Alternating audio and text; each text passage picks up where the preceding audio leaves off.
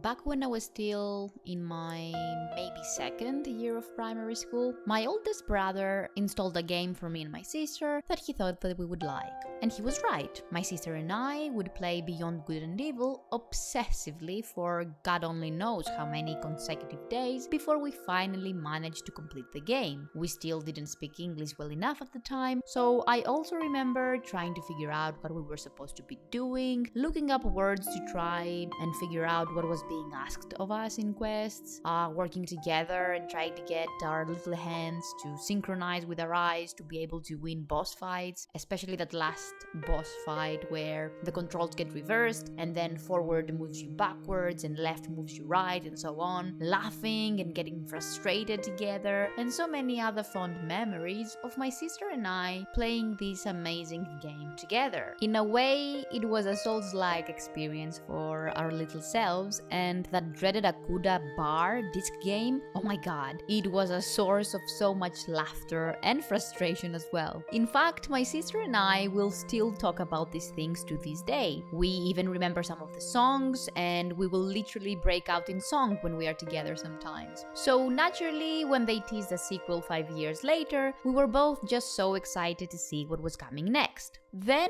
we even got a reveal trailer 1 year after that in 2008. Then radio silence until 2017 came around and both me and my sister were out of school and in university. But the excitement was still there since this was a childhood game, of course. But gradually over the years of complete radio silence on its development, we both lost hope of seeing a sequel again. But let's be honest, with Ubisoft's current track record and performance, the sequel looks more and more like a pipe dream at this point. Not that this is necessarily a bad thing, as Beyond Good and Evil 2 has been in development hell for almost 2 decades now. But what is more interesting here is just how attached both of us still are to this title. Especially my sister, who doesn't really game anymore aside from her occasional Sims 4 obsession. But before we get into the reasons why we, and frankly all gamers, feel this weird attachment to certain games, let's briefly go over what happened to this game first. Because I got this realization recently after buying the 20th anniversary edition of the game and looking up what exactly has happened to the sequel.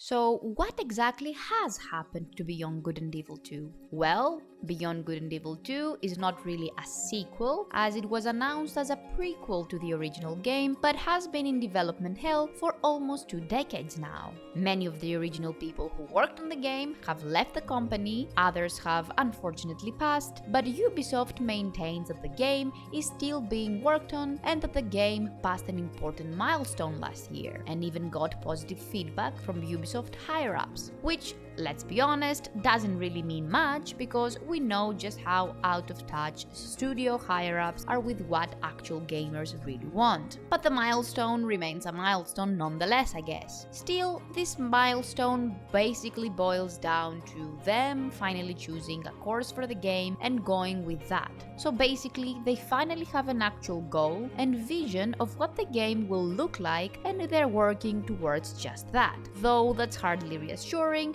as they've also said that the game is still a ways off. Ironically enough, the fact that Prince of Persia: The Lost Crown flopped was a blessing in disguise for Beyond Good and Evil 2, as Ubisoft disbanded the team and they have now joined the Beyond Good and Evil 2 team to help with its development. And this is where my adult, realistic brain stepped in and told my hopeful child self that I need to let this game go, most likely, as this is not the same Ubisoft anymore, but modern Ubisoft. The people who worked on the original game are not the same, I am not the same, and thus the game definitely won't be or feel the same either. And this seems to be something us gamers don't seem to have reconciled with yet. The fact that no game we used to love will ever be or feel the same again, because not only are the people working on it not the same anymore, but we aren't the same either. So is it really the game we're longing for, or is it something else entirely?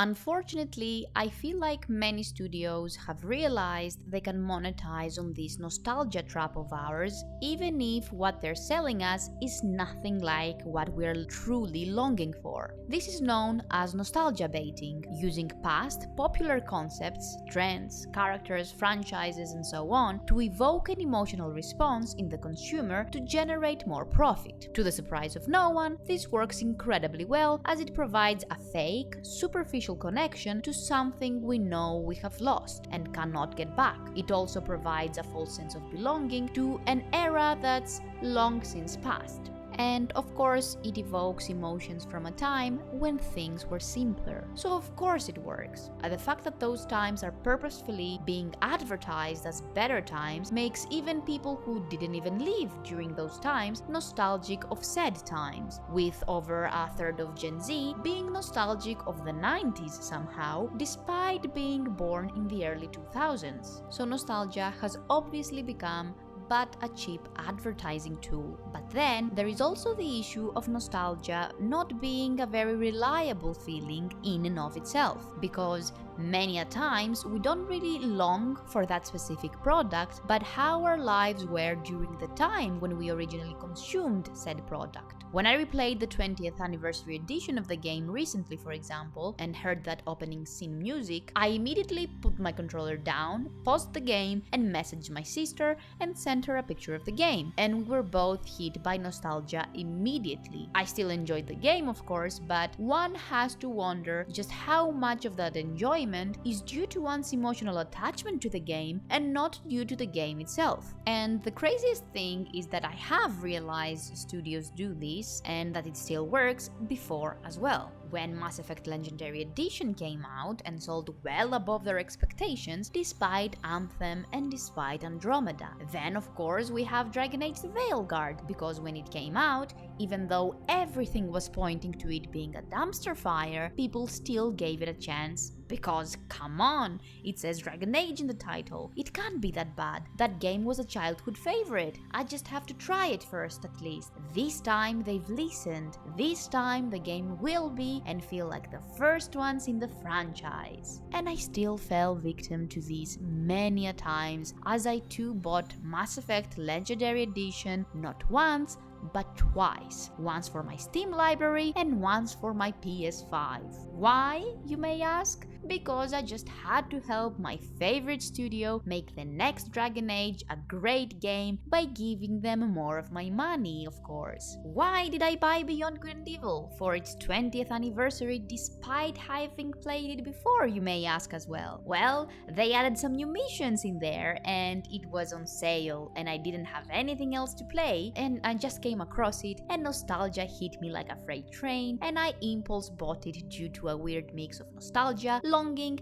and a weird FOMO feeling. And despite having realized this before, it has just now dawned on me that this is a very dangerous phenomenon wherein we're getting cheesed out of our own money, because studios have realized that even if they lose money with their modern day antics and nonsense, they can still make money by exploiting that one weakness of ours, nostalgia. And of course, all they have to do then is just resell us something from a past that they know we will fall for. And we don't just see this in games, we see it everywhere, as everything is a literal reboot or remake of something that has already been released decades ago. Yeah, dude who's been doing this for 32 years, full-time professional, rated by One Family Magazine, #1 clown, 9 straight years. Here we go. Watch this.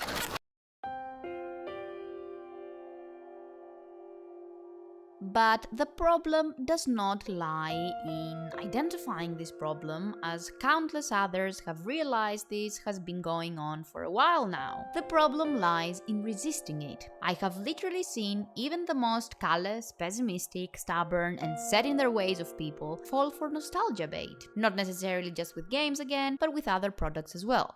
But what I have found helps me with this, and with impulse buying online in general to be honest, is this. Add a product, or in this case a game, to your cart and do not buy it immediately. Leave it there and see if you still want it in a month or so. If you do, then buy it of course. But if you're like, Do I really need it though? Then you know that what made you add it to your cart was not a real need or even want for that product. It was probably nostalgia, or the way you were feeling that day, or the way you felt upon seeing it that made you want to buy it. For example, I've had High on Life in my cart for almost a month now because I saw it and I was like, oh, the Rick and Morty game. I watch Rick and Morty, maybe I like the game too. And lo and behold, I have yet to buy it despite Steam sending me all kinds of updates of it going on sale multiple times now. So I'm not sure I'll even end up buying it once I get to a full month of it being in my cart anyway, as I'm starting to realize that I probably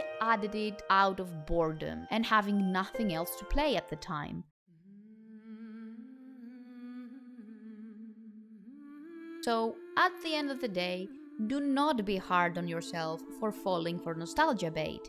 It's something we've all done in the past and something we will most likely fall for again in the future. Instead, try Mithridatism. Mithridates, the 6th, was the king of Pontus. He had this irrational fear of being poisoned, so he would regularly ingest small, non-lethal doses of various poisons in order to develop an immunity to them. And that's basically all we have to do as well. Add those nostalgia-inducing games to your cart. Wait and see if you still want some, one, or none of them in a few weeks' time. Embrace the weakness and then learn to control it so that studios stop exploiting this cheat. In other words, if we want studios to stop doing this to us, then we should stop giving them the power to do this to us.